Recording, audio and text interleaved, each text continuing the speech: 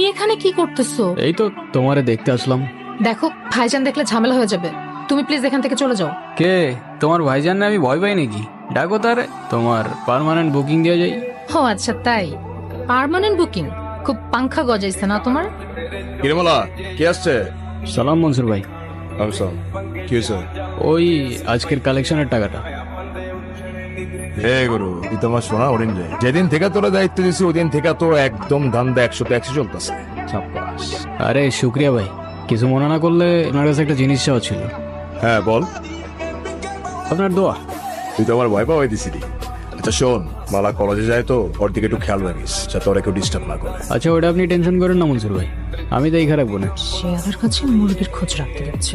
আর এটা তো এমনিও আমারই দায়িত্ব। কেন তোর দায়িত্ব কেন? আরে আপনি দিলেন না দায়িত্ব আমারে, আপনার কথা আমি না রাখতে পারি বলেন? ওই জন্য আর কি।